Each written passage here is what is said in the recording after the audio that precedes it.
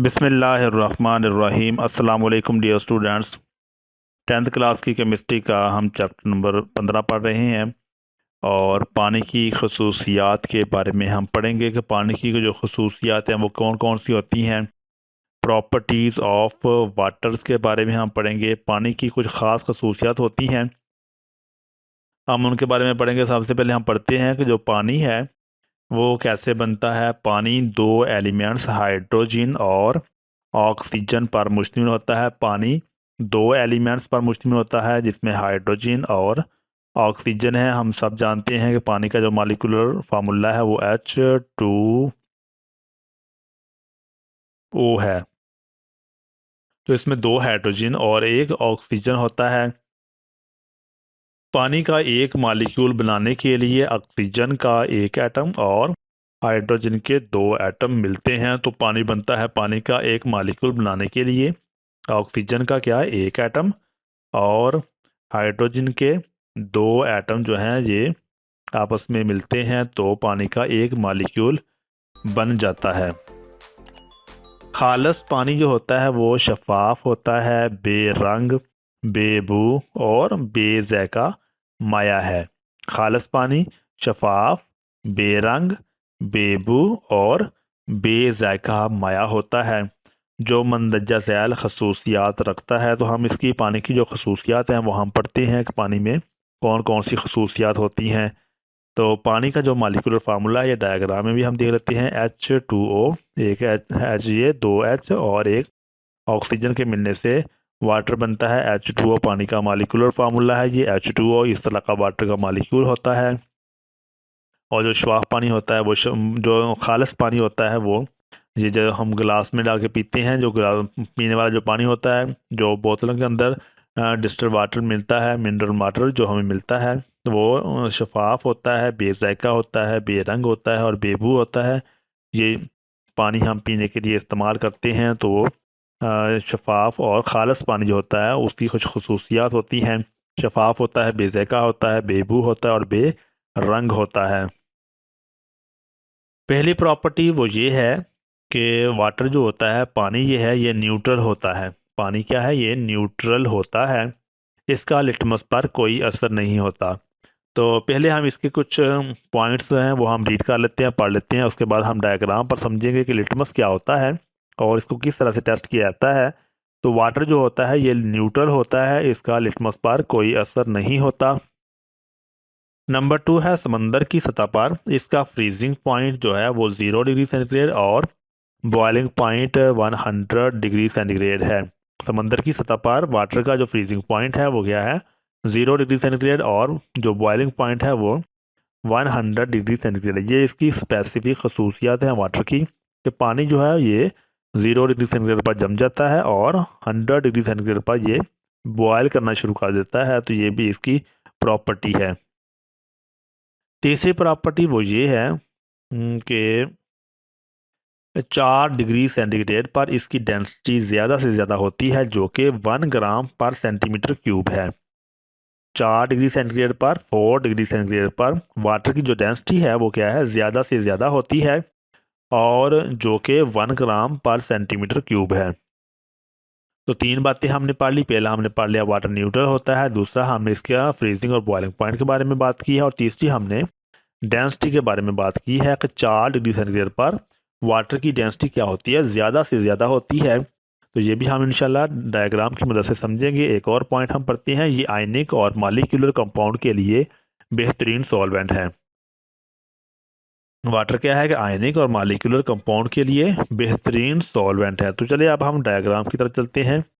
Litmus test जो है, water जो है न्यूट्रल होता है, ये हमने पढ़ा है। एक लिटमस पेपर होता है। लिटमस पेपर 3 कलर के होते हैं, एक ये ब्लू है, रेड है और ये बनफशी कलर का लिटमस पेपर है। जब हम ब्लू को एसिड में डालते हैं, इसको एसिड में डिप करते हैं, तो क्या होता है कि जो ब्लू है वो रेड हो जाता है। इस तरह जब हम रेड को एसिड में डालते हैं तो कोई भी असर नहीं होता। इस तरह जो जामनी कलर का है ये भी रेड हो जाता है। तो इसमें चेंजिंग आ जाती हैं लिटमस पेपर में। इस तरह जब बेस है, बेस के अंदर जब ये लिटमस पेपर, तीनों लिटमस पेपर को हम डालकर देखते हैं, इसको फर्स्ट हम ये ब्लू है, इसको डिप करेंगे बेस के अंदर। यहाँ पर बेस में जब हम डिप करते हैं तो क्या होता है, ब्लू के ऊपर कोई भी इफेक्ट नज़र नहीं आता। रेड को जब हम डिप करते हैं तो क्या होता है, रेड जो है ये ब्लू हो जाता है।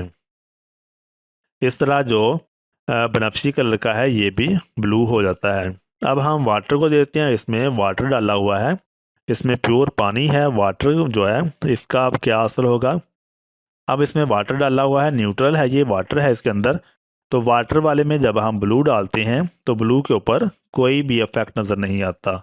रेड को जब हम डालते हैं तो क्या होता है, रेड के ऊपर भी कोई भी इफेक्ट नहीं होता। और इस तरह जो बनफशी कलर का है इसको जब हम वाटर में डिप करते हैं तो इसके ऊपर भी कोई भी इफेक्ट नहीं होता। मतलब ये है कि वाटर जो है ये न्यूट्रल होता है। तो इस तरह लिटमस टेस्ट जो है इसको हम एसिडिटी या बेसिडिटी मालूम करने के लिए इस्तेमाल करते हैं। लिटमस कागज़ का एक पेपर होता है जिसको जब हम डिप करते हैं तो कलर शो होता है।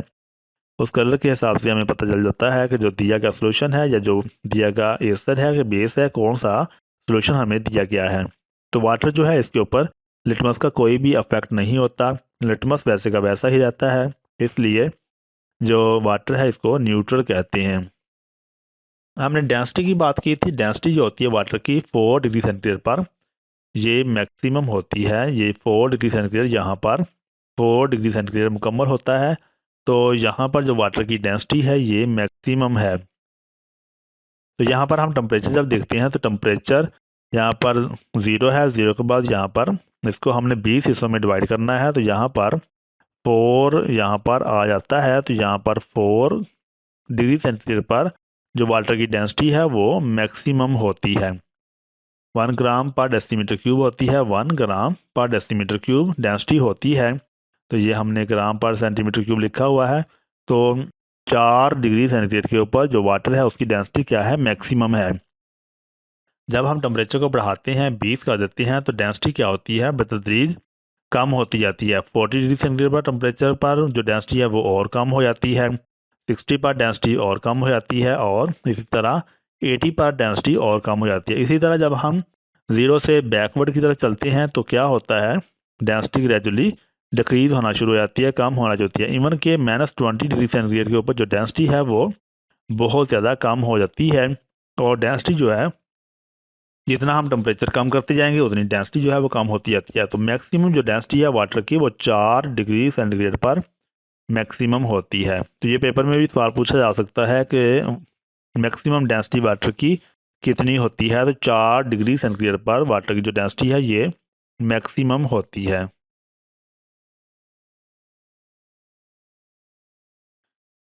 अब हम बात करते हैं 5वें पॉइंट की। ये 5वां पॉइंट है जिसमें इसकी हीट कैपेसिटी, वाटर की जो हीट कैपेसिटी है वो तकरीबन 4.2 जूल पर ग्राम पर केल्विन है। यानी वाटर की जो हीट कैपेसिटी है, वाटर की हीट को कैरी करने की कैपेसिटी, हीट को पकड़ने की जो कैपेसिटी है, वाटर की हीट कैपेसिटी वो कितनी है, 4.2 जूल पर ग्राम पर केल्विन, जो पत्थरों से 6 गुना ज़्यादा है। पानी की यह खसूसियत ज़मीनी टेम्परेचर को कंट्रोल करने का बायस है। इसके बगैर दिन में टेम्परेचर इस कदर बढ़ जाएगा कि वो नाकाबिले बर्दाश्त हो जाएगा, और रात को टेम्परेचर इस कदर कम हो जाएगा या गिर जाएगा कि हर चीज़ फ्रीज हो जाएगी। तो ये है वाटर की हीट कैपेसिटी जो कितनी है, 4.2 जूल पर ग्राम पर केल्विन। मतलब ये है कि जो वाटर है इसका, अगर हमारे पास 1 ग्राम वाटर है तो उसको 1 डिग्री सेंटीग्रेड तक टेम्परेचर बढ़ाने के लिए हमें 4.2 जूल जो है वो एनर्जी प्रोवाइड करनी पड़ेगी। 4.2 जूल जब हम एनर्जी प्रोवाइड करेंगे तो 1 ग्राम वाटर जो है इसका टेम्परेचर 1 डिग्री सेंटीग्रेड तक बढ़ जाएगा। तो ये होता है जूल पर ग्राम पर केल्विन। तो ये पत्थरों से कितना है, 6 गुना ज़्यादा है। तो इसको हम डायग्राम की मदद से इंशाल्लाह समझेंगे तो आपको ये अच्छी तरह समझ में आ जाएगा। अभी हम इसको दोबारा पढ़ लेते हैं। वाटर की जो हीट ऑफ कैपेसिटी है वो तकरीबन 4.2 जूल पर ग्राम पर केल्विन है, जो पत्थरों से 6 गुना ज़्यादा है। पानी की खसूसियत की वजह से क्या है, ज़मीनी टेम्परेचर कंट्रोल करने का बायस है। पानी की ये खसूसियत ज़मीनी टेम्परेचर कंट्रोल करने का बायस है। इसके बगैर दिन में टेम्परेचर इस कदर ज़्यादा बढ़ जाएगा कि वो नाकाबिले बर्दाश्त हो जाएगा। रात को टेम्परेचर इस कदर गिर जाएगा कि हर चीज़ क्या हो जाएगी, फ्रीज हो जाएगी। तो ये पानी की खसूसियत है जो ज़मीन के टेम्परेचर को कंट्रोल करने का बायस बन रही है। ये हमारे पास एक डायग्राम है। डायग्राम में हम समझते हैं ये हमारे पास क्या है, सूरज है, ये सन है। तो सूरज की रोशनी पड़ रही है, दो एरो हैं, एक तरफ पर सैंड है और दूसरी तरफ पर वाटर है। इक्वल रोशनी पड़ रही है, दोनों साइडों पर इक्वल रोशनी है पड़ रही है। लेकिन हम देखते हैं कि इक्वल टाइम में जो सैंड है उसका टेम्परेचर यहाँ से, ये पहले इतना था, जब रोशनी पड़ना शुरू हुई कुछ वक्त के बाद जो टेम्परेचर है ये मैक्सिमम हो जाता है, यहाँ तक पहुँच जाता है, बहुत ज़्यादा बढ़ जाता है। लेकिन वही पानी के अंदर जो रोशनी पड़ रही है, सनलाइट पड़ रही है, उसकी वजह से सिर्फ मामूली सी चेंजेस वाक़या होती है। टेम्परेचर बहुत थोड़ा बढ़ता है, हालांकि उतनी ही रोशनी पानी में पड़ रही है और उतनी ही रोशनी सैंड पर पड़ रही है।